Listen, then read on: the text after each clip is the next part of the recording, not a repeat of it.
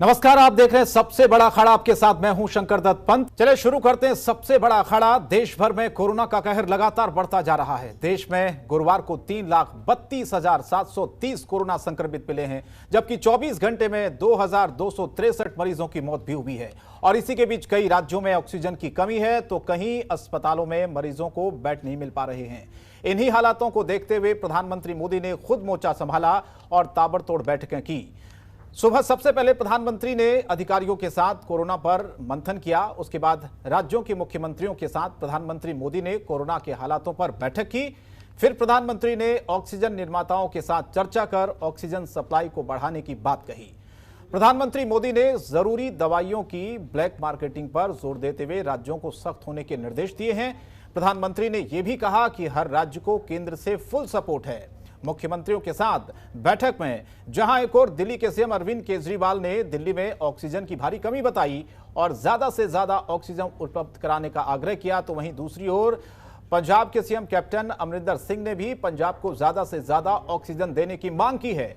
उधर छत्तीसगढ़ के मुख्यमंत्री भूपेश बघेल ने कहा कि राज्यों को उसी मूल्य पर वैक्सीन उपलब्ध कराएं जिस पर केंद्र सरकार को मिलता है। पश्चिम बंगाल की मुख्यमंत्री ममता बनर्जी तो पहले से ही वैक्सीन की कीमत पर सवाल खड़े कर रही हैं। ममता बनर्जी ने कहा कि वैक्सीन की कीमत एक होनी चाहिए। उधर अरविंद केजरीवाल पर प्रधानमंत्री मोदी उस वक्त आज नाराज हो गए जब प्रधानमंत्री को जानकारी मिली कि केजरीवाल इस इन हाउस मीटिंग को सोशल मीडिया पर लाइव टेलीकास्ट कर रहे हैं। इस पर प्रधानमंत्री मोदी ने कहा कि सीएम ने प्रोटोकॉल तोड़ा है।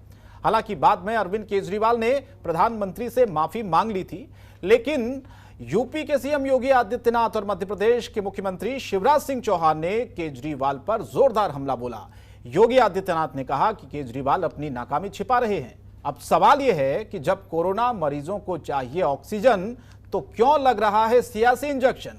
इसी मुद्दे पर करेंगे आज अपने खास पैनल के साथ चर्चा, और भी कई महत्वपूर्ण सवाल आज हम उठाएंगे। लेकिन उससे पहले आपको सुनाते हैं मुख्यमंत्री अरविंद केजरीवाल ने क्या कुछ मांग की और क्या आज बातचीत हुई। सुनिए जरा। शुक्रिया अदा करना चाहता हूं कि आपने और पूरे केंद्रीय मंत्रिमंडल ने आज तक हमें हर कदम पे साथ दिया है, और आपकी तरफ से जो जो निर्देश आए उन निर्देशों का भी हमने बहुत कड़ाई से पालन किया। आपका हमेशा सहयोग मिला। दूसरा सर, इस वक्त दिल्ली के अंदर बहुत बड़ा ऑक्सीजन का क्राइसिस चल रहा है जिसमें आपकी मदद चाहिए। तो प्रधानमंत्री जी, सबसे पहले आपको धन्यवाद देता हूं कि केंद्र सरकार ने दिल्ली का ऑक्सीजन का कोटा बढ़ा दिया है।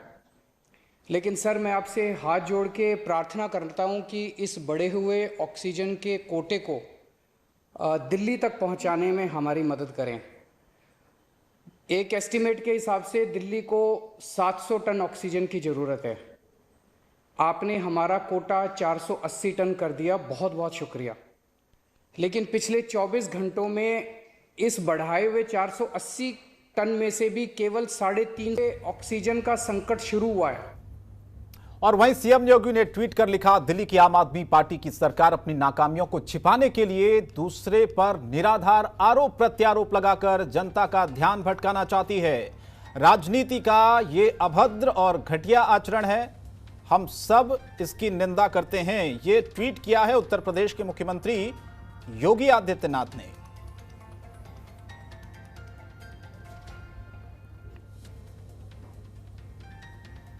और इसके अलावा मध्य प्रदेश के मुख्यमंत्री शिवराज सिंह चौहान ने भी ट्वीट कर कहा, केजरीवाल जी, ये संकट का समय है। यह समय राजनीति का बिल्कुल नहीं है, बल्कि राष्ट्रीय एकता का परिचय देने का यह समय है। धैर्य और गंभीरता के साथ अपने विवेक का इस्तेमाल करते हुए कोरोना की विषम परिस्थितियों से निपटना है। ये ट्वीट किया है, निशाना साधा है दिल्ली के मुख्यमंत्री अरविंद केजरीवाल पर शिवराज सिंह चौहान ने।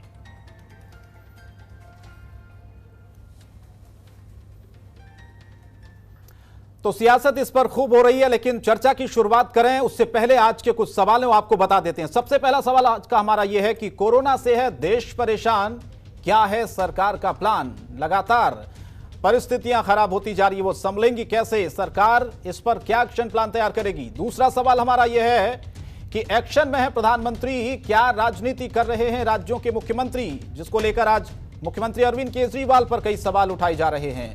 तीसरा सवाल आज का यह है कि बैठकों का दौर है या सियासी शोर है। एक तरफ बैठकें चल रही है, दूसरी तरफ सियासत भी खूब हो रही है।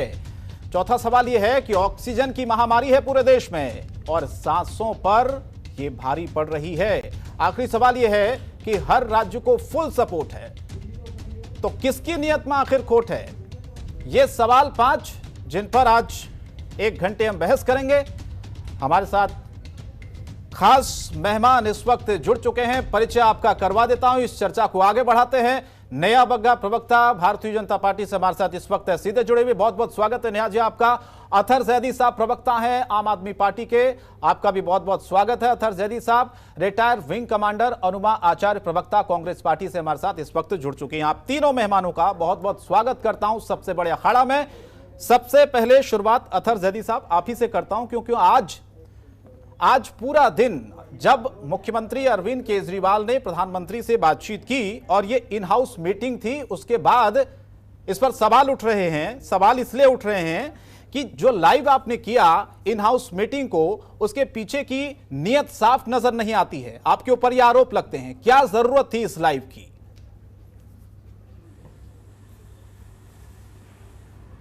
नहीं, मैं ये नहीं समझ पा रहा हूं कि आज हमारा मुद्दा ये होना चाहिए कि अरविंद केजरीवाल ने इन हाउस मीटिंग को लाइव कर दिया, या दिल्ली के अंदर जो ऑक्सीजन की क्राइसिस है उसको किस होगा, उस पर भी आऊंगा सर, मुद्दा ये होना चाहिए, उस पर भी आऊंगा। और जहां एक मिनट, जहां तक इस मीटिंग की बात है कि इसको लाइव कर दिया, तो पिछले कुछ दिनों में जितनी भी मीटिंग माननीय प्रधानमंत्री जी ने मुख्यमंत्रियों के साथ की हैं, कौन सी ऐसी मीटिंग है जिसमें लाइव बाहर नहीं आया? मुख्यमंत्रियों के बाद मीटिंग के बाद जो प्रधानमंत्री जी भाषण देते हैं उस मीटिंग के बाद, वो सारे चैनल लाइव दिखाते हैं। आपके चैनल ने भी लाइव दिखाया होगा। नहीं, इन हाउस मीटिंग कहां लाइव होती है? आप जानते हैं अतहर जैदी साहब, ये इन हाउस मीटिंग है और प्रधानमंत्री ने खुद कहा कि प्रोटोकॉल तोड़ा है। प्रधानमंत्री हर एक मिनट मुख्यमंत्रियों से मीटिंग के बाद जो प्रधानमंत्री जी भाषण देते हैं वो सारे चैनल दिखाते हैं, नहीं दिखाते हैं? बताइए, आप दिखाते हैं नहीं दिखाते हैं? आपने नहीं देखा है, आपका चैनल नहीं दिखाता हो तो मुझे नहीं पता, लेकिन प्रधानमंत्री जी जितनी भी मीटिंग मुख्यमंत्रियों के साथ करते हैं उसके बाद जब वो अपना अभिभाषण देते हैं तो वो सारे चैनलों पे। अच्छा, मुख्यमंत्री अरविंद केजरीवाल के अलावा किसने इसे लाइव किया था, बताइए जरा। पास केंद्र, देखिए दिल्ली के अंदर क्राइसिस बड़ा है, आप इस चीज को समझने की कोशिश कीजिए। आऊंगा मैं उस पर भी। क्राइसिस नहीं तो है, हम चलिए इसी पर मेरा अगला सवाल है। दिल्ली में दिल्ली में डिपेंडेंसी और स्टेट्स के ऊपर है। तो आप प्लान क्या समझिए, प्लान क्या दिल्ली की जनता के लिए प्लान क्या है सर? हमारी दिल्ली की जनता के लिए प्लान बताइए। आपकी सरकार का, आपकी पार्टी का, अरविंद केजरीवाल का सांसों के लिए जद्दोजहद हो रही है, अस्पतालों में बेड्स नहीं है, प्लान बताइए कैसे दुरुस्त होगा ये? दिल्ली हाई कोर्ट ने क्या कहा? एक मिनट मेरी बात पूरी होने दीजिए। दिल्ली हाई कोर्ट ने क्या कहा पता है आपको? उसका ऑर्डर आपने पढ़ा? दिल्ली हाई कोर्ट ने यह कहा है कि स्टेट्स को ऑक्सीजन सप्लाई करने की पूरी तरह से जिम्मेदारी केंद्र सरकार की है। दिल्ली के अंदर आज बेड का क्राइसिस नहीं है, दिल्ली के अंदर आज क्राइसिस है ऑक्सीजन का। बेड्स हमारे पास बहुत है, हमारे पास ऑक्सीजन का क्राइसिस है। आप सोचिए कि क्या हालात आ गए कि प्राइवेट हॉस्पिटल जो है दिल्ली के, उनको हाई कोर्ट जाना पड़ रहा है। देश में पहली बार ऐसा हुआ है कि हॉस्पिटल हाई कोर्ट जा रहे हैं शायद आपको के लिए। आप अस्पतालों में अतहर जैदी साहब गए नहीं होंगे, आप शायद गए नहीं होंगे अस्पतालों में, जरा वहां पर जाकर देखिए क्या स्थिति है वहां पर। अस्पतालों के बाहर जब मरीज को एडमिट नहीं किया जाता है, ये बोल दिया जाता है कि बेड्स यहां पर उपलब्ध नहीं है, उसके बाद मरीज दम तोड़ता है। नेहा बग्गा जी, मैं आपके पास आता हूं। नेहा जी, अस्पतालों के अंदर ऑक्सीजन का, नेहा जी मुझे बताइए, नेहा जी क्या अतहर जैदी जो बोल रहे हैं उससे आप सहमत हैं? दूसरा मेरा सवाल ये है, राजनीति से परे हटकर हम मानवता की बात करें। राजनीति करने के लिए पूरी जिंदगी पड़ी है, बहुत सारे मुद्दे पड़े हैं, उस वक्त राजनीति कर लीजिएगा, लेकिन आज तो सबको एक होना है ना। ऐसे वक्त में हम सब लड़ रहे हैं।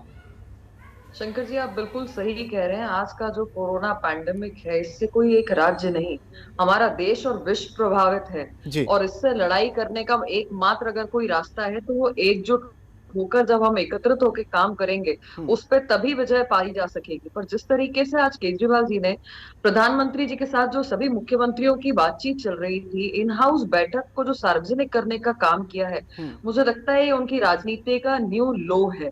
जिस तरीके का हमेशा एक ट्विस्ट उनके बिहेवियर में रहता है, वो उससे जनता हमेशा से वाकिफ रही है। और आज तो उन्होंने एक प्रकार से हद कर दी। एक क्राइसिस मैनेजमेंट के लिए जब मुख्यमंत्रियों को बुलाकर उनकी बैठक की जाती है, तो माननीय मुख्यमंत्री दिल्ली के केजरीवाल जी उसे सार्वजनिक करते हैं, उसका लाइव टेलीकास्ट चलाते हैं।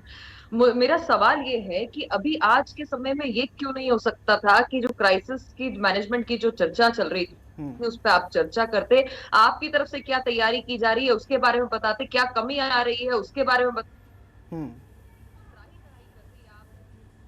तैयारी नहीं करी, उसके बारे में आपने अब क्या रोड मैप बना लिया आप उसके बारे में बताते। पर ये सब छोड़कर उन्होंने वापस से अपना वो जो एक इमोशनल एंगल और एक झूठ प्रचार करने वाला, जिस तरीके से पॉलिटिक्स का प्रोपेगेंडा एजेंडा चलाने का काम करते हैं, दोबारा वही कर दिखाया है।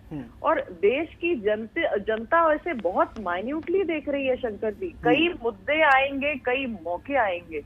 आज मानवता जिस प्रकार का क्राइसिस है हम सबके ऊपर, उसमें अगर केजरीवाल जी इस प्रकार की घिनौनी राजनीति को बीच में लेकर आएंगे, इस प्रकार से उसको इतना नीचे तक लेकर जाएंगे, तो जनता कभी भी माफ नहीं करेगी। केजरीवाल जी को हिसाब देना चाहिए था कि आज 1.5 साल के अंदर जो बेड की व्यवस्था की गई थी, बीच में भी आपने देखा जब फर्स्ट वेव आई थी तो किस प्रकार से केंद्रीय गृह मंत्री जी को बीच में आना पड़ा था व्यवस्थाएं करवाने के लिए। नहीं, वो तो आरोप ये लगा रहे हैं बहुत सी सरकार चीजों पर के कि लिए जितनी ऑक्सीजन उनको चाहिए उतनी नहीं मिल पा रही है।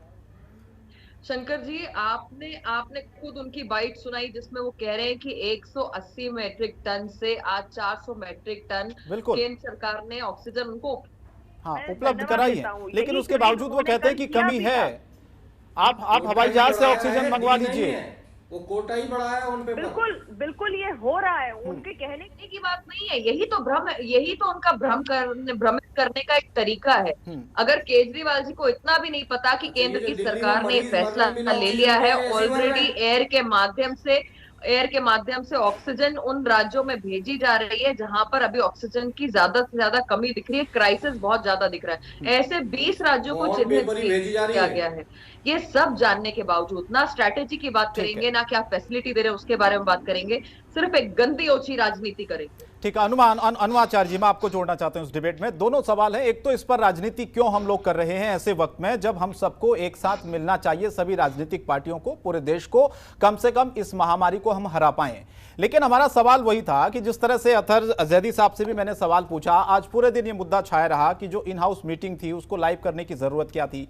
क्या आपको लगता है कि ऐसे वक्त में अपनी राजनीति को नहीं चमकाना चाहिए? किसी भी राजनीतिक दल को, किसी भी पार्टी को, किसी भी सरकार को पार्टी लाइन से ऊपर उठकर लोगों की हमें मदद करनी चाहिए, जो कि नहीं कर पा रहे हम लोग।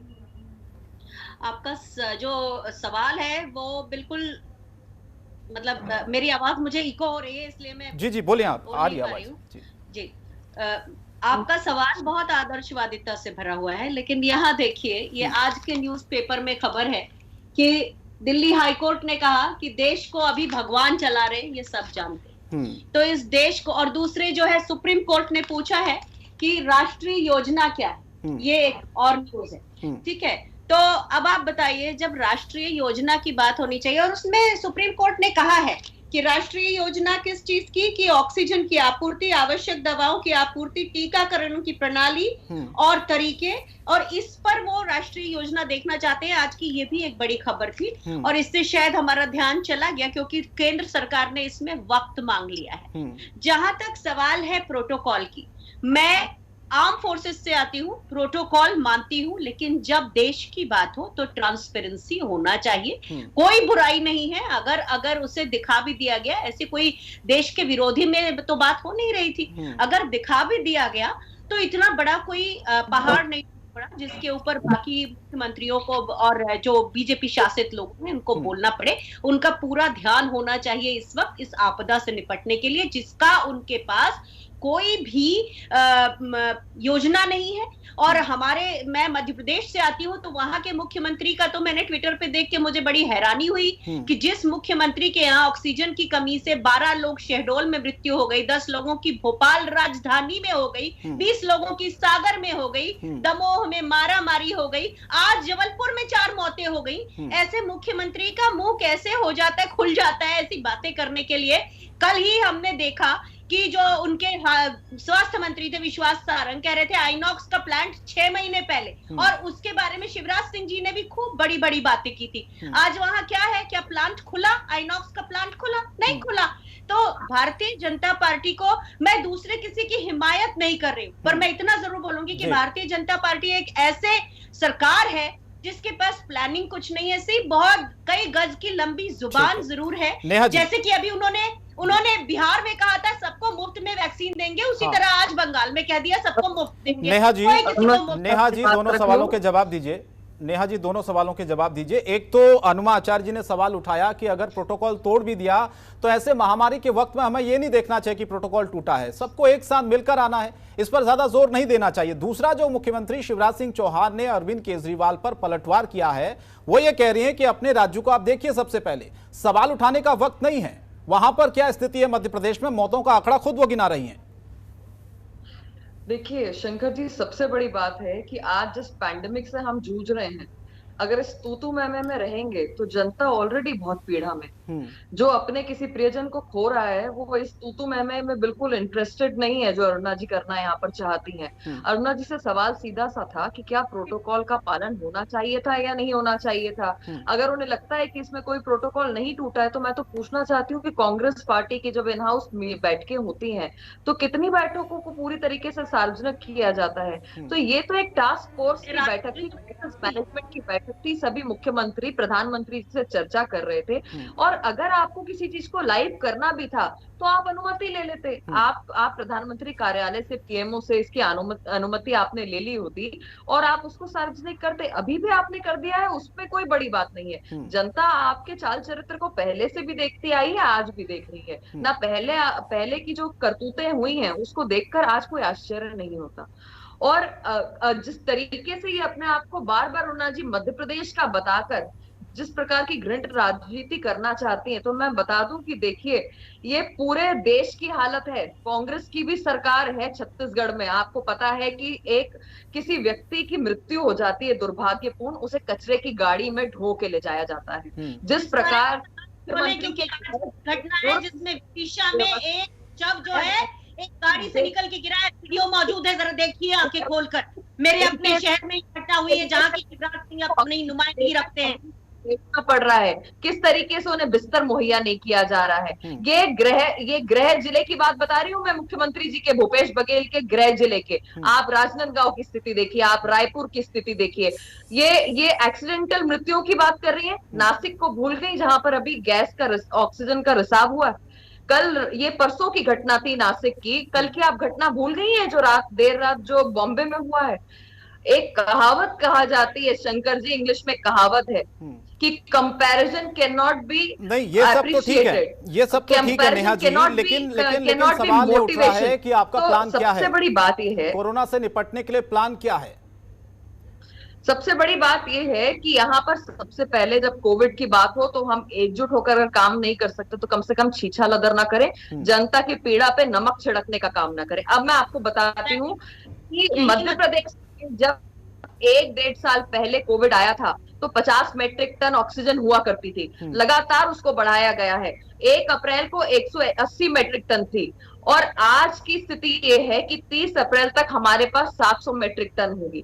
डीआरडीओ से हम यहाँ पर ऑक्सीजन ले रहे हैं। बीना का रिफाइनरी जो है वहां से उसको शुरू कर दिया गया है। 3 अन्य प्लांट को यहाँ पर जो एरिया है वहां से ऑक्सीजन को लेकर लिक्विड ऑक्सीजन हम हेल्थ सिस्टम में कन्वर्ट करके काम में लेने का काम कर रहे हैं। लगातार बेड की व्यवस्था बढ़ाई जा रही है और देश का सबसे बड़ा, अगर मैं आपको बताऊं, कोविड बेड व्यवस्था जो बढ़ाई गई है वो व्यास आश्रम की ओर इंदौर में बढ़ाई गई है। ठीक है। और अनुमा जी, वाकई आपको लगता है कि सरकार प्लान पर काम कर रही है और हो रहा है वो प्लान व्यवस्था है? इस बार इनके जितने भी तथ्य हैं इसमें फिर वही जुमले हैं, क्योंकि कल सीहोर के बाहर हॉस्पिटल के बाहर जो कि फिर से मुख्यमंत्री का ही क्षेत्र लगता है, वहां पे हॉस्पिटल ने लिख दिया यहाँ बेड अवेलेबल नहीं है, ऑक्सीजन नहीं है, मत आइए यहाँ। ऐसे ही भोपाल का एक बड़ा अरविंदो हॉस्पिटल है, उसके सामने भी ये बड़ा बोर्ड लगा है। आप चाहेंगे तो कल की न्यूज में ये सारी चीजें दिख जाएंगी। ये सारे जुमलों की कोई जरूरत नहीं है। कोई अगर जैसे कि जब आज सुप्रीम कोर्ट ने जब मांगा कि आपके पास कोई राष्ट्रीय योजना है, तो उस समय हाथ दोनों खाली हो जाते हैं इनके। बाकी चीजों में बहुत सारे जुमले हो जाते हैं। पूरी सरकारें एक साथ होकर, यहां तक कि कांग्रेस ने तो अपना पूर्व प्रधानमंत्री मनमोहन सिंह जी ने एक पूरा उनको एक लिख कर दिया, सुझाव लिख कर दिए, लेकिन उस सुझाव की क्या छीछा लेदर की गई वो देखा आपने। जो लोग ये कहते हैं कि हमें इकट्ठा होकर काम करना चाहिए, जब वो सुझाव उनके पास आते हैं तो वो इस तरह से व्यवहार करते हैं। तो ये, और ऊपर से एक प्रधानमंत्री, पूर्व प्रधानमंत्री ने लिखी थी चिट्ठी, उसका प्रोटोकॉल लिखना होना था। प्रोटोकॉल की इतनी समझ है तो जवाब भी प्रधानमंत्री जी को देना चाहिए था, पर ये सारी चीजें ना करके। अरुणा जी आप थोड़ा सा धैर्य रखिए। मेरे नाम ठीक है, जवाब ले लेते हैं। अनुमा जी जवाब लेते हैं, तो फिर अथर जदी जी के पास भी जाना मुझे। नेहा जी जवाब दीजिए प्लीज, जल्दी से। सही करेंगी बातें, पहले नाम सही लीजिए, तब आप बात सही कर सकेंगी। सबसे पहली बात तो ये है। नाम गलत लेने पे इतना नाराज हो गई है, किस प्रकार से कोविड क्राइसिस से आप लड़ेंगी?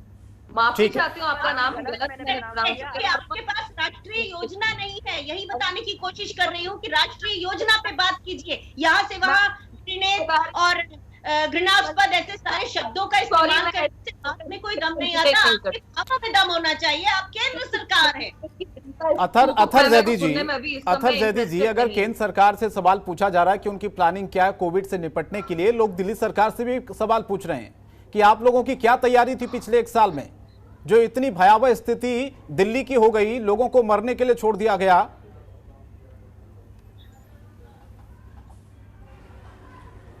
देखिए, यहाँ पे बैठ के जो बीजेपी की प्रवक्ता यहाँ पे मीठा मीठा गप गप और कड़वा कड़वा थू थू वाली पॉलिसी पे काम कर रही है ना, तो उनकी नॉलेज के लिए मैं बता दूं, दिल्ली पे भी मैं आऊंगा। दिल्ली पे आपने सवाल पूछा है कि मुजफ्फरनगर एक जगह है यूपी के अंदर, उसमें कोरोना के टीके की जगह कुत्ते का वैक्सीन लगा दिया गया है, ठीक है। और 7,000 फोन नंबर ऐसे हैं जिन पे कोरोना की रिपोर्ट एक ही नंबर पे नेगेटिव आ गई है। तो ये लोग यूपी में क्या कर रहे हैं, लाशों पे ढेर लगे हुए लखनऊ के अंदर, और टोकन मिल रहा है, 3-3 दिन की वेटिंग है उनको जलाने के लिए। तो यहाँ बैठ के ये काम ना करें कि तुम्हारी सभी कमी सफेद है, मेरी कमी सफेद है, इसका ये वक्त नहीं है। अब बात करता हूँ मैं दिल्ली की। दिल्ली में प्रधानमंत्री जी ने आज इस बात पे तो आपत्ति जता दी कि एक इंटरनल जो मीटिंग थी उसको लाइव कर दिया गया। क्या प्रधानमंत्री जी ने ये बताया देश को कि दिल्ली की रिक्वायरमेंट ऑक्सीजन की कितनी थी और हमने दिल्ली को आज कितनी पहुंचा दी है? क्या उन्होंने ये बताया कि दिल्ली के अंदर 11,000 बेड हैं केंद्र सरकार के, उसमें हमने कितने बेड जो हैं वो दिल्ली सरकार को दे दिए कि आप कोविड के लिए एलोकेट कर दीजिए? क्या उन्होंने ये बताया कि जो मैंने पीएम केयर फंड्स में हजारों करोड़ रुपए इकट्ठा किया था, उससे मैंने इतने वेंटिलेटर्स जो है वो दिल्ली सरकार को दे दिए, या मैंने इतने ऑक्सीजन के सिलेंडर्स इनको दे दिए? ये बताया प्रधानमंत्री जी ने। हमने अगर एक मीटिंग में लाइव कर दिया दिल्ली की जनता की जो परेशानी, वो ये सवाल उठा रहे हैं कि आप प्रेस कॉन्फ्रेंस भी तो इसके बाद कर सकते थे ना, लाइव दिखाने की जरूरत क्या थी यहाँ पर? और दूसरा सवाल ये उठ रहा है कि बाकी जो मीटिंग्स होती है आप लोगों की, चाहे वो एलजी के साथ हो, चाहे वो सर्वदलीय बैठक हो, बाकी चीजों की हो, उसको भी आप लोग लाइव करते हैं ऐसे? वो तो कभी लाइव नहीं होती। फिर इस मीटिंग का लाइव, जी इस मीटिंग का लाइव होने का फिर मकसद क्या था? ये सवाल। एक मिनट, अभी अरे मेरी तो बात पूरी होने दीजिए ना। अभी बीजेपी की प्रवक्ता ये कह रही थी कि आप अनुमति ले लेते। अनुमति उस चीज की ली जाती है जिस पे कोई प्रोहिबिशन लगा हुआ हो। केंद्र सरकार की तरफ से हमें कोई इस तरह का लेटर नहीं मिला हुआ है कि इस तरह की मीटिंग को लाइव नहीं किया जा सकता, या वो प्रोटोकॉल है कोई इस तरह का। क्या ये आप लोगों को जानकारी नहीं थी इन हाउस मीटिंग को लाइव नहीं किया जाता है? नहीं, हमें हमारे मुख्यमंत्री ने कह दिया, कि हमें कोई जानकारी नहीं दी। अगर ऐसा कुछ है तो आगे से हम ध्यान रखेंगे, उसके लिए खेद जता दिया। मैं भी आपके चैनल पे खेद जता देता हूं। अब इस बात को इतना बड़ा मुद्दा बना देना, आप ऑक्सीजन पे बात करिए ना कि दिल्ली में ऑक्सीजन कैसे पूरी होगी। अच्छा मुझे बताइए अथर जैदी, आपने केंद्र सरकार से जितनी मांग की है ऑक्सीजन की, ईमानदारी से बताइएगा आप दिल्ली की कितनी मदद हो पाई है? आपने जितनी डिमांड की थी उसका कितना परसेंटेज आप लोगों को मिला ऑक्सीजन का? और आप बिल्कुल मैं आपको बताता हूं। आज दिल्ली की रिक्वायरमेंट जो है वो 700 टन ऑक्सीजन की है। हमारा जो कोटा था वो 378 टन का था, जिसको केंद्र सरकार ने परसों बढ़ा के 480 टन कर दिया, जिसके लिए हमने केंद्र सरकार का धन्यवाद किया। प्रेस कॉन्फ्रेंस करके मुख्यमंत्री ने कहा कि हम आभारी हैं कि चलिए आपने जितना भी बढ़ाया, लेकिन हमें हमारा जो एक्चुअल 378 टन का कोटा है वो पूरा नहीं मिल पा रहा है, तो 480 तो हमें क्या मिलेगा। मैं वही तो आपसे कह रहा हूं कि प्रधानमंत्री जी को ये भी तो या केंद्र सरकार को बताना चाहिए था कि दिल्ली की जो रिक्वायरमेंट थी वो हमने पूरी कर दी है, या हम कल दोपहर तक पूरी करने जा रहे हैं, या उनके लिए हमने एयरलिफ्ट करा दिया है। कुछ ऐसा प्लान किया है जो दिल्ली की जनता को ये तसल्ली होती कि हाँ केंद्र सरकार दिल्ली सरकार के साथ मिलकर काम कर रही है और आने वाले 1-2 दिन में जो ये क्राइसिस दिल्ली में ऑक्सीजन का है ये खत्म हो जाएगा। ये बात लेके आप डिबेट कर रहे हैं कि वो लाइव क्यों कर दिया, या लाइव होना उसके लिए खेत प्रकट कर दिया, माफी मांग ली है मुख्यमंत्री ने, अब क्या आप उनको फांसी पे चढ़ाएंगे? आप ये बताइए ना कि ऑक्सीजन की सप्लाई कब तक आप बहाल कर देंगे? आप देखिए क्या हालत है गंगा में लोग आज जो ऑक्सीजन तथ्य की सप्लाई मुख्यमंत्री अरविंद केजरीवाल ने रखे हैं केंद्र सरकार के सामने, आपको लगता है कि सही है, उनकी जरूरत थी और आपको मदद करनी चाहिए? राज्यों की स्थिति बहुत भयावह है। मैं बिल्कुल शंकर जी इसका जवाब दूंगी, पर उससे पहले जो जैदी जी कह रहे थे कि लाइव कर दिया तो कर दिया, माफी मांग लिया उसके बाद। हाँ, माफी मांग ली अरविंद केजरीवाल ने। पुरानी आदत है ये उनकी, गाड़ी नहीं लूंगा, ले ली तो ले ली, माफी मांग ली जनता से, बंगला नहीं लूंगा, बंगला ले लिया। वो कह रहा कोई ऑफिशियल लेटर उनके पास नहीं था, इनको जानकारी नहीं थी कि लाइव नहीं करना है। इंफ्रास्ट्रक्चर की बात करते थे, मोहल्ला क्लिनिक की बात करते थे। आज इसीलिए 10 साल से दिल्ली की जनता उनको जिता रही है। नहीं बनाया, इस तरह का नेचर उनका पसंद है दिल्ली की जनता को, और आपको बता रही है लाइव इन हाउस मीटिंग को लाइव कर दिया तो क्या हुआ? मांग लूंगा, माफी मांग ली है। अब मैं आपको बात करती हूँ ऑक्सीजन के ऊपर। ऑक्सीजन की कांग्रेस जो Aam Aadmi Party, Anupama ji have some shame, slip of tongue आपके साथ भी हो सकती है, हैव सम शेम। आप अपने आप को ओवर नो प्रॉब्लम है जी, प्लीज अपनी बात को कंटिन्यू मत होइए, ओवर स्मार्ट मत समझिए। नहीं तो कोई और शंकर जी देखिए, आम आदमी पार्टी मुख्यमंत्री केजरीवाल जी ने खुद इस बात को स्वीकार किया कि 180 मेट्रिक टन की जो ऑक्सीजन की इनकी खपत होती थी उसको केंद्र सरकार ने बढ़ाकर 400 मेट्रिक टन कर दिया है। उसका ट्वीट बकायदा उपलब्ध है ट्विटर के ऊपर। आज अगर ये 700 मेट्रिक टन की बात कर रहे हैं, तो दिन ब दिन जिस प्रकार की व्यवस्था हो रही है, जिस प्रकार से दिन ब दिन मरीजों की संख्या बढ़ती जा रही है, जैसी जैसी डिमांड की जा रही है, केंद्र सरकार अपना हाथ आगे बढ़ाकर हेल्प कर रहा है। एयरलिफ्ट के माध्यम से हो, रोड के माध्यम से हो। जब रोड के माध्यम से भी आई है 2 दिन पहले ऑक्सीजन, तो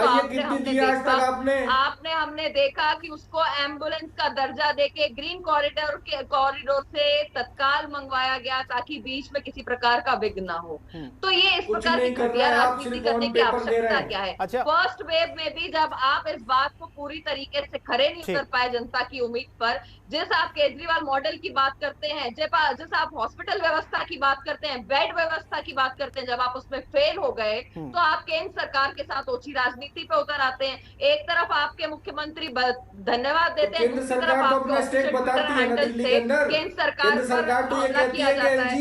अब जो केंद्र सरकार तो ये कहती है ना कि एलजी सुप्रीम पावर है, चुनी हुई सरकार से ज्यादा पावर जो है वो एलजी की है। आप बिल लाए उसके ऊपर जवाब दिया, अपनी ताकत दिखाने के लिए आप बिल लाए हैं। अथर जैदी जी, सम्मान के साथ दिया है। जी, आपका नंबर था, आपने मैं ब्रेक के बाद आपके पास आ रहा हूं। अथर जी, अथर जैदी साहब, आप जवाब देना चाह रहे थे ब्रेक पे जाने से पहले नेहा बग्गा जी का। हाँ, नेहा बग्गा जी ये कह रही थी ब्रेक पे जाने से पहले कि पिछले साल जब क्राइसिस आया था तो केंद्र सरकार बीच में आई, इनिशिएटिव लिया केंद्र सरकार ने। जी, आवाज आ रही है आपको? हाँ, बोलिए प्लीज। हेलो, हाँ अथर जी, आवाज आ रही है आपकी। हाँ, कंटिन्यू कह रहा हूँ कि ब्रेक पे जाने से पहले बीजेपी की जो प्रवक्ता है वो ये कह रही थी कि पिछले साल जब क्राइसिस आया था तो अमित शाह जी को और केंद्र सरकार को दिल्ली के बीच में इनिशिएटिव लेना पड़ा और दिल्ली को मदद करनी पड़ी। तो मैं उनको ये बताना चाहता हूँ कि आप तो दिल्ली में अपना स्टेक बताते हैं एलजी के थ्रू, आप तो एक बिल लेके आए जिसमें आपने, आपके गृह मंत्री ने पार्लियामेंट में खड़े होकर ये बात कही कि दिल्ली की सरकार से ज्यादा ताकत जो है वो दिल्ली के एलजी की है, और दिल्ली के एलजी केंद्र सरकार के अंडर काम करता है। तो अगर दिल्ली के अंदर कोई क्राइसिस आएगा और आप उसमें दिल्ली सरकार की मदद किसी तरह से कर रहे हैं, तो उसमें आप उनकी मदद नहीं कर रहे, आपकी संवैधानिक जिम्मेदारी है जो आपको निभानी पड़ेगी, और दिल्ली के साथ आपको खड़ा होना पड़ेगा, क्योंकि दिल्ली का आधा स्टेक आपके हाथ में है, पुलिस आपके हाथ में है, सारा इंफ्रास्ट्रक्चर का जो मैनेजमेंट है वो आप देखते हैं। तो इसमें आप कोई एहसान नहीं कर रहे दिल्ली सरकार के ऊपर, ये आपकी संवैधानिक जिम्मेदारी है, पहली चीज ये। दूसरी चीज ये है कि देश के अंदर पेंडेमिक एक्ट लगा हुआ है जिसमें वैक्सीनेशन हो या ऑक्सीजन हो, उसकी पूरी तरह से रेस्पॉन्सिबिलिटी जो है वो केंद्र सरकार की है कि वैक्सीन किस राज्य को कितनी जाएगी, किस राज्य को ऑक्सीजन कितनी जाएगी, और दिल्ली इस टाइम ऑक्सीजन के क्राइसिस से जूझ रहा है, ये आपके सामने। आप अगर अरविंद केजरीवाल जी को भी साइड रख दें, तो आप अगर दिल्ली के जितने भी प्राइवेट और सरकारी हॉस्पिटल्स के चेयरमैन हैं उनसे भी बात करेंगे तो वो आपको बता देंगे कि किसी हॉस्पिटल में 2 घंटे की ऑक्सीजन है, किसी में 4 घंटे की ऑक्सीजन है। तो हम इस पर बिल्कुल भी राजनीति नहीं करना चाहते हैं, क्योंकि ये ऑक्सीजन एक ऐसी चीज है कि अगर ये आधे घंटे के लिए भी किसी हॉस्पिटल में खत्म हो गई, तो दिल्ली के अंदर कोई ऐसा हॉस्पिटल नहीं है जिसमें 200, 250, 300, 400, इवन 500 मरीज तक ऑक्सीजन पर हैं, जो डिपेंडेंसी है उनकी ऑक्सीजन के ऊपर है, और उसके बाद कितनी बड़ी त्रासदी हो सकती है, ऊपर वाला ना करे, वो सोची भी नहीं जा सकती। तो मैं यही कहना चाहता हूं बीजेपी की प्रवक्ता से कि वो यहाँ बैठे और इंश्योर करें, हमें बताएं ना, यहाँ बैठ के देश की जनता देख रही है टीवी के माध्यम से, आपके चैनल के माध्यम से बताएं कि दिल्ली की कितनी रिक्वायरमेंट थी और आपने दिल्ली को कितनी ऑक्सीजन रिक्वायरमेंट को पूरा किया है। आज तक आप दिल्ली की केंद्र सरकार तो कह रही है, केंद्र सरकार तो कह रही है कि फुल सपोर्ट किया है, जरूरत से ज्यादा ऑक्सीजन दी है। वो जबानी सपोर्ट किया है, वो कोटा ऑन पेपर बढ़ाया गया है। अभी तक जो प्रैक्टिकलिटी में हमारे पास ऑक्सीजन आनी चाहिए, वो जितना हमारा पुराना कोटा था उतनी भी नहीं आई है। मैं आपको बिल्कुल ऑन आपके चैनल के माध्यम से बता रहा हूँ, और बीजेपी की प्रवक्ता यहाँ बताते हैं हमें कि कितना पहुंचा चुकी है, अगर उनको पता है। ले रहा हूँ सर, जवाब ले रहा हूँ। नेहा जी देखिए शंकर जी, सबसे पहले ये कोई बीमारी नहीं, महामारी है, और जिस तरीके से ये बार बार राजनीति करने का प्रयास कर रही है वो बिल्कुल भी ठीक नहीं है। मैंने पूर्व में भी कहा था कि जनता ये एक्सपेक्ट नहीं करती है।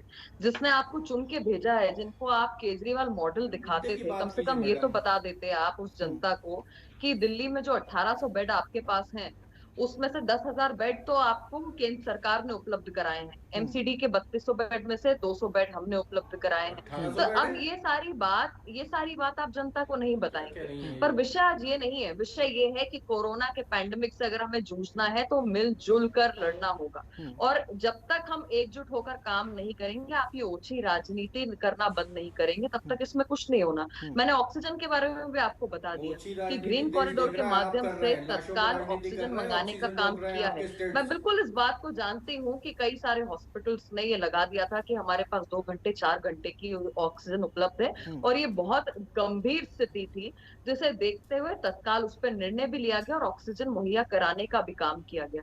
जिन हॉस्पिटल्स में 2 घंटे 4 घंटे की थी, पहले उनको प्रायोरिटी बेसिस पर ऑक्सीजन मुहैया कराया है, और अभी भी ये 180 मेट्रिक टन से 400 मेट्रिक टन क्या केजरीवाल जी ने करा दिया। अगर केंद्र सरकार आपका साथ नहीं देती तो ये कहाँ से हो जाता? आप मुझे बताइए, क्यों नहीं आपने ऑक्सीजन प्लांट की कोई व्यवस्था बना ली? क्यों नहीं आपने उसको 1.5 साल के अंदर कोई इम्प्लीमेंटेशन को लेकर रूट प्लान को लेकर आप केंद्र सरकार के पास चले गए? और जहां तक है अनुपमा आचार्य जी की बात, तो वो बात कर रही थी पूर्व प्रधानमंत्री मनमोहन सिंह जी के बयान, जो लेटर लिखा है उसके बारे में। तो मैडम, आप जिस लेटर की बात कर रही हैं, हर्षवर्धन जी ने बहुत सम्मान पूर्वक उसका जवाब दिया है। उन्होंने बहुत अच्छे से बताया है कि जिन स्थितियों को लेकर आप कह रहे हैं, केंद्र सरकार ऑलरेडी उस पे वाकिफ है। जो सजेशन आप दे रहे हैं वो ऑलरेडी किया जा चुका है, और जिस मनमोहन सिंह की आप दुहाई देते नहीं थक रहे, तो आप ये सबसे ज्यादा समझदारी करती काम अगर मनमोहन सिंह का किसी ने किया है तो वो याद है ना कि उनके 4 मनमोहन सिंह के मुंह पे उड़ाने का काम किया था। तो आप कितना मनमोहन सिंह जी का सम्मान करते हैं, अपने गिरेबान में झांक कर देखिए। और आचार्य जी, आप ये मत भूलिए कि जनता ही चुनकर भेजती है और तब सरकारें बनती हैं। आपने भी चुनाव लड़ा है और आप जानती हैं कि कितने वोट आपने प्राप्त किए थे और आप उस कॉन्स्टिट्यूएंसी में लौटकर कितनी बार गई हैं। तो कम से कम यहाँ पर बैठकर ज्ञान देने का काम और गंदी निचले स्तर की राजनीति मत करें। आपका वोट परसेंटेज भी सब जानते हैं, मध्य प्रदेश से आपका लगाव भी जानते हैं, और आपके उस कॉन्स्टिट्यूएंसी में कितना आना जाना है कितना जनता के बीच में खड़ी होती है, ये भी सब जानते हैं। ठीक है, अरमा जी बोलिए। पहली चीज तो मैं ये कहना चाहूंगी कि इतना जल्दी व्यक्तिगत चीजों पर उतर आते हैं ये लोग, जो खुद कभी खड़े नहीं है, ऐसे लोग दूसरों के ऊपर उंगलियां उठा रहे हैं। और विद्या तो मैं अभी पिछले ही महीने की 25 तारीख को हुई हूँ, तो आप ये सब मुझे बताइए, इतना व्यक्तिगत प्रहार आपके चैनल पे हो रहा है। आप मुद्दे को छोड़ के देखिए, ये व्यक्तिगत उस पे उतर आई है, जबकि मैंने नहीं कहा सिवाय इसके कि मेरा नाम सही बताइए, तो आखिरी तक भी गलत बुलाते नहीं। खैर, ये मैं आपको दिखा रही हूँ। फिर एक न्यूज पेपर की बात है, प्रधानमंत्री ने कहा है कि होर्डिंग नहीं करना है ऑक्सीजन की, और राज्य स्तर की होर्डिंग ना, जबकि हो ये रहा है कि केंद्र सरकार सब कुछ सेंट्रलाइज्ड तरीके से कर रही है, चाहे वो ऑक्सीजन हो, चाहे वो वैक्सीन हो, सारी चीजें केंद्र सरकार सेंट्रलाइज तरीके से कर रही है, जबकि राज्य का सब्जेक्ट जो हेल्थ जो है वो राज्य का सब्जेक्ट है। पहली चीज।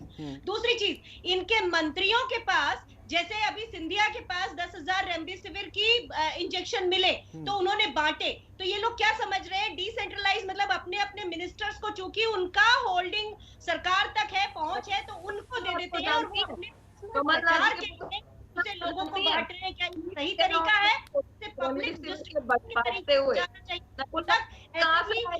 मंत्री है कोविड कार्ड का फीता काटने का काम कर रहे हैं। तो मेरा कुल मिला के कहना यह है, ऐसे कि महाराष्ट्र में इनके जो मंत्री थे वो रेमडेसिविर के ऊपर होर्डिंग रखना चाह रहे थे, कंट्रोल करना चाह रहे थे, तो क्या बीजेपी देश का भला कर रही है?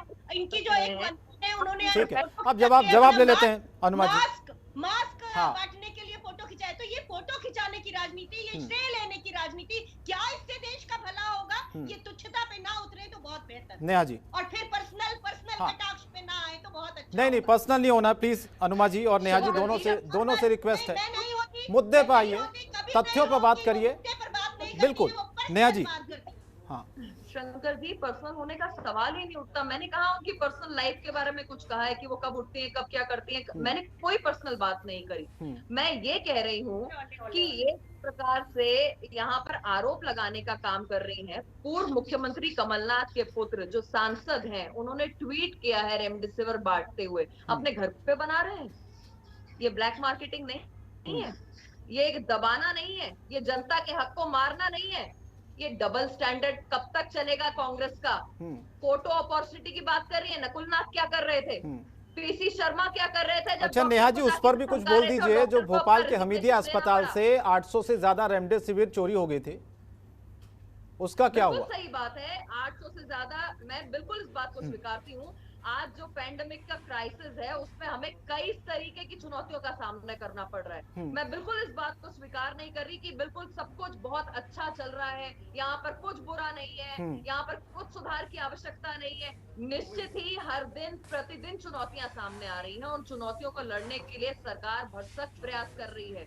सरकार और संगठन दिन रात उसमें जुटा हुआ है। चाहे संगठन की बात करें, संगठन के तौर पर सेवा ही संगठन का कार्य चल रहा है, जहां पर कोई भी व्यक्ति भूखा ना सोए, मास्क वितरण का काम, फीवर क्लिनिक का काम, डॉक्टर से निःशुल्क परामर्श का काम, या फिर लोगों पे तत्काल अगर उनकी कोई क्वेरी आ रही है उसको सॉल्व करने का काम संगठन अपना काम कर रहा है। सरकार की ओर से चाहे एयरलिफ्ट करके ऑक्सीजन लाना हो, चाहे बेड की व्यवस्था बढ़ाना हो, चाहे वेंटिलेटर की व्यवस्था बढ़ाना हो, चाहे किसी प्रकार का भ्रष्टाचार या ब्लैक मार्केटिंग करता हुआ अथर जैदी जी पकड़ा जाता है। अथर जैदी जी, केंद्र सरकार कह रहे हैं कि फुल सपोर्ट है राज्यों को, और राज्य कह रहे हैं कि उनके पास उतनी मदद नहीं पहुंच पा रही है। फिर ऑक्सीजन जा कहां रही है? क्या ये ऑक्सीजन की कालाबाजारी हो रही है बड़े पैमाने पर? अगर हो रही है तो इसकी जिम्मेदारी तो राज्यों की है ना। देखिए, मैं आपके सवाल का जवाब दूंगा, लेकिन बीजेपी की जो मेरी प्रवक्ता हैं, इन्होंने मेरे सवाल का जवाब नहीं दिया। इन्होंने रिक्वायरमेंट तो हमसे पूछ ली कि हमारी क्या है, और इनकी नॉलेज के लिए मैं बता दूं, ये बार बार 180 टन बता रही हैं। दिल्ली का कोटा 378 टन था, जिसको केंद्र सरकार ने बढ़ा के 480 किया है, यानी 100 टन बढ़ाया है। तो उनको नॉलेज के लिए मैं बता दूं कि वो 180 नहीं है, वो 378 है। पहली चीज। दूसरी चीज ये है कि अगर कालाबाजारी हो रही है ऑक्सीजन की, मान लीजिए मैं कह रहा हूँ दिल्ली के अंदर ही हो रही है, तो दिल्ली के लॉ एंड ऑर्डर की जिम्मेदारी किसकी है? केंद्र सरकार की। अमित शाह जी के अंडर आती है दिल्ली पुलिस। तो केंद्र सरकार की अमित शाह जी जो है वो दिल्ली पुलिस से कह, अब भी आप टोपी ट्रांसफर करेंगे क्या अथर जैदी जी? अब भी आप टोपी ट्रांसफर करेंगे क्या ऐसे वक्त में? आप लोगों की कोई जिम्मेदारी नहीं है, मुख्यमंत्री अरविंद केजरीवाल की कोई जिम्मेदारी नहीं है, पार्टी लाइन से ऊपर उठकर आपको लगता नहीं कि जिम्मेदारी निभानी चाहिए सबको? चैनल के माध्यम से बैठ के इस बात को कह रहा हूं ना। अरे तो मैं तो आपके चैनल के माध्यम से बैठ के कह रहा हूं, मैं आम आदमी पार्टी का रिप्रेजेंटेटिव हूं कि आप कार्रवाई करिए, FIR दर्ज करिए। और क्या कहूं मैं, बताइए। मेरे कहने से आप मान रहे हैं, आप मान रहे हैं इसका मतलब दिल्ली में ऑक्सीजन की कालाबाजारी हो रही है, आप ये बात मान रहे हैं? मैं कह रहा हूं अगर हो रही है, मैं तो कह रहा हूं अगर हो रही है, एक सिलेंडर की भी हो रही है तो गलत हो रही है ऐसे वक्त में, मैं तो ये कह रहा हूं। तो ये जिम्मेदारी बनती नहीं बनती है? एक सिलेंडर की जो पार्टी सत्ता में है उसकी भी कुछ जिम्मेदारी बनती है कि नहीं बनती है? नहीं, हमारी जिम्मेदारी है, हम अपनी जिम्मेदारी को निभा रहे हैं, हम बेड्स बढ़ा रहे हैं। ऑक्सीजन की जिम्मेदारी केंद्र सरकार की है, वो हमें देना। दिल्ली के अंदर ऑक्सीजन का ही क्राइसिस है इस टाइम। अनुमा जी बताइए आप मुझे, अगर केंद्र सरकार, ऑक्सीजन का क्राइसिस है ना, बेड्स का क्राइसिस कहीं नहीं है अथर जैदी जी, पूरी दिल्ली में कहीं बेड्स का क्राइसिस नहीं है? बेड का ईमानदारी से बताइएगा, पूरी दिल्ली में आप इस बात को कह रहे हैं, आम आदमी पार्टी के आप प्रवक्ता हैं, दिल्ली में बेड्स की कोई कमी नहीं है, अस्पतालों में मरीजों को पूरे बेड्स उपलब्ध हो रहे हैं जहां जहां वो जा रहे हैं, जिस अस्पताल में वो जा रहे हैं। अरे सर, मैं बता रहा हूं ना, सुनिए आप। दिल्ली के अंदर वेंटिलेटर प्लस ऑक्सीजन बेड की कमी है। दिल्ली के अंदर आइसोलेशन के जो बेड्स हैं जिनमें ऑक्सीजन की जरूरत नहीं है, उन बेड्स की कमी नहीं है। जाइए दिल्ली कोरोना ऐप पे, और अगर वहां पर कोई आपको नॉर्मल बेड ना दे रहा हो तो मैं आपको अपना नंबर अभी SMS करूंगा, आप मुझे बताइए। दिल्ली के अंदर ICU वेंटिलेटर बेड जो है, जिसपे जाहिर है सर, इसी वक्त ICU शॉर्टेज है, इसी की जरूरत है, ऑक्सीजन की जरूरत है। कॉन्फ्रेंस करके कह रही है। हाँ, तो ऑक्सीजन आप किससे मांगे? हम केंद्र सरकार से ना मांगे तो बताइए। नहीं तो मेरा सवाल वही था ना, केंद्र सरकार बार बार ये कह रही है कि आवश्यकता से ज्यादा राज्यों को दी जा रही है, फुल सपोर्ट हो रहा है, फिर वो ऑक्सीजन कहां जा रही है? हाँ, तो बीजेपी की प्रवक्ता बैठी है। हाँ, मैं बीजेपी की प्रवक्ता से ये पूछना चाह रहा हूं ना कि वो मुझे एक आंकड़ा तो दे दें। वो एक दुनिया की सबसे बड़ी पार्टी और जो देश में केंद्र सरकार में बैठी हुई पार्टी है, उसकी प्रवक्ता है, वो मुझे आंकड़ा दे दें कि हमने पिछले 3 दिन में इतने टन ऑक्सीजन जो है वो दिल्ली को दी है ऑन पेपर। वो मुझे एक आंकड़ा दे दें, मैंने अपनी रिक्वायरमेंट उनको बता दी क्या है। नेहा जी जवाब दीजिए, फिर मैं अनुमा जी के पास जाऊंगा। अभी दूध का दूध, पानी का पानी हो जाएगा। देखिए जैदी जी आप ये बताइए कि 1 अप्रैल पर आपके पास कितनी ऑक्सीजन उपलब्ध थी? बताइए, आप दिल्ली सरकार के प्रवक्ता के तौर पे बैठे हैं ना। 1 अप्रैल की बात मत करिए, आप आज की बात करिए। आज हमारी रिक्वायरमेंट क्या है? आपके पास कितने टन? आप 1 अप्रैल कहाँ पहुंच रही है? आज 23 अप्रैल है मैडम। आप ये बताइए कि नहीं, आप मुझे ये बताइए, आज हमें 700 टन की रिक्वायरमेंट है, आप कितनी दे रही है हमें? आई है सरकार की सहायता आई है। नहीं, 1 अप्रैल को उतने केसेस भी नहीं थे दिल्ली में जितने केसेस आज हैं। बात को घुमाइए मत, जवाब है नहीं आपके पास जवाब है नहीं। अब आप ये 1 अप्रैल पे ले गई, अब आप पिछले साल पे ले जाएंगी कि मार्च में कितनी थी आपके पास। आप ये बताइए मुझे कि आज हमारी रिक्वायरमेंट के हिसाब से आप कितनी दे रहे हैं? देते हैं, आपके पास जवाब ही नहीं है मैडम। देखिए अथर जैदी साहब, ऑन पेपर कराइए। अथर जैदी साहब, आप भी इस बात को जानते हैं कि महामारी सिर्फ दिल्ली पर नहीं है, पूरे देश में है। तो केंद्र सरकार की जिम्मेदारी बनती है कि जहां जहां जिन जिन राज्यों में, चाहे उनकी सरकार जिन राज्यों में है या जिन राज्यों में नहीं भी है, सब जगह ऑक्सीजन उपलब्ध कराई जाए। ऐसा तो हो नहीं सकता ना, पूरी देश की ऑक्सीजन सिर्फ दिल्ली में ही सप्लाई कर दी जाए। अपनी बात खत्म कर रहा हूं। हाँ, एक आंकड़ा, नहीं, बस एक आंकड़ा मैं आपको दे रहा हूं और अपनी बात खत्म कर रहा हूं। बीजेपी की प्रवक्ता की नॉलेज के लिए, शायद वो पढ़ के नहीं आई है कि बीजेपी ने सन 2019 और 20 में जो ऑक्सीजन एक्सपोर्ट किया है ना, ऑक्सीजन एक्सपोर्ट किया है वो 4500 टन है। 1 मिनट सुन लीजिए, 4500 टन है, और जो 2020 से 21 में एक्सपोर्ट किया है वो 9200 टन है। हिंदुस्तान जो है दुनिया में सबसे ज्यादा ऑक्सीजन मैन्युफैक्चर करता है। बिल्कुल। उसके बाद यहाँ क्राइसिस है ऑक्सीजन का, इन लोगों की नीतियों की वजह से, क्योंकि ये एक्सपोर्ट कर रहे हैं बाहर। इनको पिछले साल ये बात पता थी कि कोरोना अगर आएगा तो उसमें ऑक्सीजन सबसे इंपॉर्टेंट चीज है जिसके बिना आदमी नहीं रह सकता। उसके बाद भी इन्होंने ऑक्सीजन का एक्सपोर्ट डबल कर दिया। इनको शर्म आनी चाहिए इस बात के लिए। और यहाँ बैठ के ये एक एक बूंद के लिए हर स्टेट को परेशान करा रहे हैं जहाँ पे बीजेपी की सरकार नहीं है। देश इनको जवाब देगा 2024 में। नेहा जी जल्दी से जवाब दीजिए, फिर मैं अनुमा जी के पास जा रहा हूं। देखिए, मैं बिल्कुल इनकी दो सवाल है उनके, दो सवाल है लो उनके। स्टैंडर्ड के आपको कोरोना क्या जरूरत थी क्राइसिस बाहर के ऑक्सीजन टाइम पर भेजने इनके की? वक्तव्य एक पे साल नहीं पहले जाना से जो चाहती हूँ। पैंडेमिक था और उस जिस पर आप प्रकार लोगों के की क्या तैयारियां थी? अगर वाकई तैयारियां थी देखिए, तो फिर ये सिचुएशन क्यों आई? अरे आप अपना दो स्टैंडर्ड सवाल। ऊपर रखिए, हमें ऑक्सीजन दे दीजिए। के आप वक्तव्य अपने इनको स्टैंडर्ड हाई स्पष्ट हो रखिए, हमें चुका है और ऑक्सीजन दे दीजिए आपने उसको मैडम। देखा है कि किस प्रकार से इनका झूठ का पर्दाफाश हो गया है। ये आज ये आपको ये नहीं बताएंगे कि 1 अप्रैल से लेकर आज स्थिति में क्या सुधार आया है। ये नहीं बताएंगे कि इस तेजी से ये कोरोना मुद्दे के की जो बात नहीं पेशेंट्स हैं वो करेंगी, लगातार ये बढ़ते घुमाई जा रहे जाएंगी हैं। बात, ये तो ये नहीं बीजेपी बताएंगे कि वालों बेड की की व्यवस्था क्वालिटी क्यों है। नहीं कर पाए। ये नहीं बताएंगे कि 1 साल में रोड मैप लेकर क्यों नहीं जा पाए कि ऑक्सीजन की अगर कमी आती है तो उसकी आपूर्ति अरे के लिए बेड बिना स्टेट ऑक्सीजन गवर्नमेंट के क्या क्या करने करेगा वाली कोई है। रह के मैडम? आज केंद्र सरकार कोई थोड़ी आपको दूसरे प्रैक्टिकल बात राज्यों तो से कीजिए। मुहैया करवा रही है। एक तरफ आपके मुख्यमंत्री केंद्र सरकार को धन्यवाद दे रहे हैं और एक तरफ उनके एहसान नहीं प्रवक्ता कर रही। बैठकर यहाँ पर ओछी राजनीति कर रहे हैं। तो ये डबल स्टैंडर्ड जनता तय कर लेगी कि केजरीवाल जी झूठ बोल रहे हैं, ये झूठ बोल रहे हैं। ठीक है। अनुमा आचार्य जी, मैं आपके पास आता हूं। क्या आपको लगता है कि जिस तरह से केंद्र सरकार पूरा मदद का भरोसा दे रही है, प्रधानमंत्री भी लगातार मुख्यमंत्रियों के साथ जब बातचीत करते हैं, वर्चुअली जुड़ते हैं, पूरा आश्वासन दिया, आज भी प्रधानमंत्री ने कहा कि पूरा सपोर्ट रहेगा राज्यों को।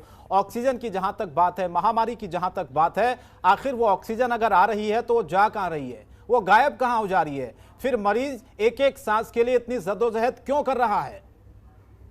देखिए, कल कांग्रेस के एक सांसद नवीन जिंदल जी ने भी अपने प्लांट से काफी सारी ऑक्सीजन दी। इसी तरह कांग्रेस के बहुत सारे लोग बिना मीडिया के कवरेज में आए। बिल्कुल, सबको देनी चाहिए। इस तरह से नहीं, वो कर रहे हैं, हाँ। कर रहे हैं और कोई उसके ऊपर मीडिया का कवरेज नहीं होता। मेरा सिर्फ ये कहना है कि ये जो सरकार है, ये मुंह में राम बगल में छुरी है।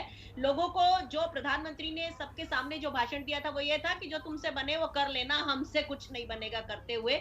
दूसरी चीज ये है कि 900 चूहे खा के बिल्ली हज को चली। अभी जाके बंगाल में बिना मास्क पहने इतने लोगों की रैलियों को संबोधित किया और उस रैलियों में बिल्कुल इस तरह से ऐसा लगा कि जैसे बावलापन सा लगा कि जैसे भीड़ नहीं देखी हो कभी। तो ऐसी सरकार जिसने सारा कुछ अपने देश के लोगों के पहले एक्सपोर्ट कर डाला, वैक्सीन एक्सपोर्ट कर दिए, जबकि हमारे यहाँ केवल 3-4 करोड़ लोगों को लगे थे, उस समय 6 करोड़ वैक्सीन जो है वो एक्सपोर्ट कर दिए गए।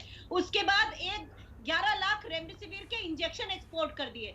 उसके बाद ऑक्सीजन 9000 मीट्रिक टन जो है ऑक्सीजन इन्होंने एक्सपोर्ट कर दी। अब ये बताइए कि जो सरकार, जबकि आप देखिए अमेरिका ने सीधे सीधे हमें हमारे वैक्सीन बनाने में काम आने वाला कच्चा माल की सप्लाई बंद कर दी। उन्होंने डिफेंस प्रोडक्शन एक्ट लगा दिया। उन्होंने बोला कि भाई जब तक हमारे लोगों को नहीं होगा। तो ऐसी सरकार जो अपने देश के लोगों के साथ बैर पालती है, जो अपने देश को सबसे पहले उनको महत्व नहीं देती, ऐसी सरकार को क्या हम जिम्मेदार वाला सरकार बोलेंगे? बिल्कुल जिम्मेदाराना पूर्ण सरकार भी नहीं है। प्रधानमंत्री तो खैर उन्होंने सबको अपने अपने हाल पे छोड़ ही दिया है। और उसके बाद ये राज्यों के ऊपर, इसके ऊपर, उसके ऊपर, और फिर ये देखकर कि किन राज्यों में बीजेपी की सरकार नहीं है, केवल उन्हीं के आंकड़े उठा उठा के सबके सामने रखना, ये और शर्मिंदगी की बात है। इस समय सरकार को माता पिता की तरह ऊपर होके काम करना चाहिए, जबकि सरकार वो नहीं कर रही।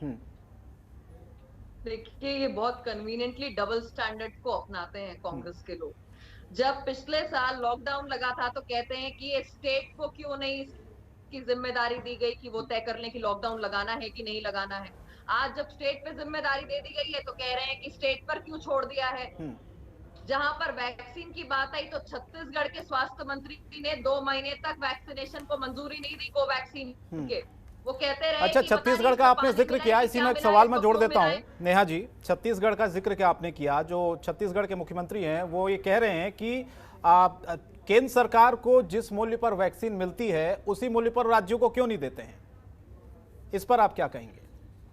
देखिए, छत्तीसगढ़ के मुख्यमंत्री क्या कहते हैं उस पर उन्हें अपना खुद का चेहरा आईने में एक बार स्पष्ट तौर पर देख लेना चाहिए। जो राजनीति, मैं आपसे वही कह रही हूँ कि हर चीज में ये डबल स्टैंडर्ड अपनाने का सवाल ये उठ रहा है कि एक दाम क्यों नहीं, अलग अलग दाम क्यों? वैक्सीनेशन को लेकर देखिए, जब सेंट्रलाइज्ड फॉर्मूला चल रहा था वैक्सीनेशन को लेकर, जब 45 साल की उम्र, 70 साल की उम्र हमारे फ्रंटलाइन कोरोना वॉरियर्स, तब उस पर कुछ नहीं। एक पूरे पैरामीटर के तहत सेंटर ने एक पूरी पॉलिसी बनाई है जिसके तहत वैक्सीन दी जा रही है। आप इसी वैक्सीन को तो गालियां दे रहे थे, आप अपने ही तो वैज्ञानिकों पर विश्वास नहीं कर रहे थे। 2 महीने तक किसी ने वैक्सीनेशन रोक कर रखा और आज जो भयावह स्थिति छत्तीसगढ़ की है, आज उस पर क्यों नहीं कहते छत्तीसगढ़ के मुख्यमंत्री कि आखिर क्या कारण था कि जिसको वैक्सीन को आज आप स्वीकार कर रहे हैं, जिसको आप मुक्त करने की बात कर रहे हैं, जिसके आप रेट पैरामीटर्स की बात कर रहे हैं, आपने उसमें 2 महीने हमारे देश के वैज्ञानिकों पर सवाल उठाने का काम क्यों किया? आज जो परिस्थितियां बनी हैं, अगर वैक्सीन लगा ली होती आपने समय में, तो ये छत्तीसगढ़ की इतनी दुर्गति नहीं होती।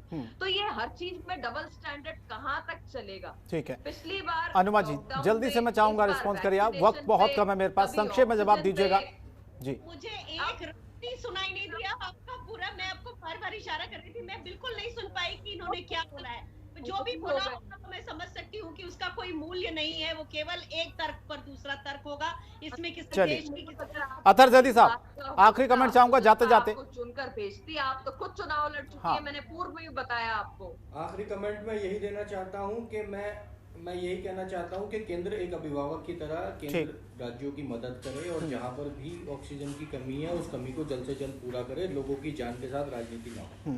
तो राजनीति तो सब तरफ से हो रही है अतहर जैदी जी, हर तरफ से राजनीति हो रही है, सवाल तो इसीलिए उठ रहा है ना, और इसीलिए शुरुआत में, कार्यक्रम के शुरुआत में भी मैंने भी अपील की थी, पार्टी लाइन से ऊपर उठकर मानवता दिखानी है हम सबको, आपस में लड़ना नहीं है, लड़ेंगे तो सिचुएशन और ज्यादा खराब होगी। बिल्कुल, हम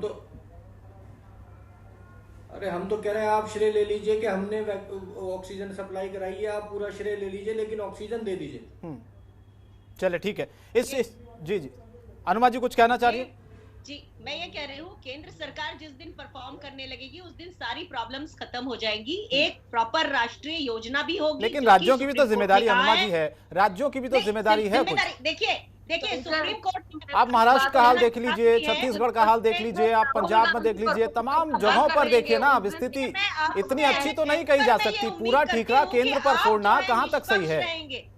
आप निष्पक्ष रहेंगे ये उम्मीद करती हूँ मैं कि यहाँ पर पूरे देश की जनसंख्या को मत बांटिए बीजेपी और नॉन बीजेपी में, ये आपकी एज अ चैनल जिम्मेदारी है कि आप यहाँ पर बैलेंस रखें और जिनकी जरूरत, जिनको सवाल पूछने चाहिए उनसे सही सवाल पूछे जाएं। यहाँ कोई राजनीति तब नहीं होगी जब केंद्र सरकार अपनी परफॉर्मेंस शुरू कर देगी। ठीक है, बहुत बहुत धन्यवाद आप सभी का, नेहा जी, अतहर जी और साथ ही साथ अनुमा आचार्य जी, आपने वक्त दिया इस चर्चा में शामिल होने के लिए। लेकिन जाते जाते यही हमारा सवाल है कि प्लीज लड़ाइयां छोड़कर राजनीति से ऊपर उठकर हमें सबको मिलकर इस महामारी से लड़ना है, पार्टी लाइन से ऊपर उठकर लोगों की मदद करनी है।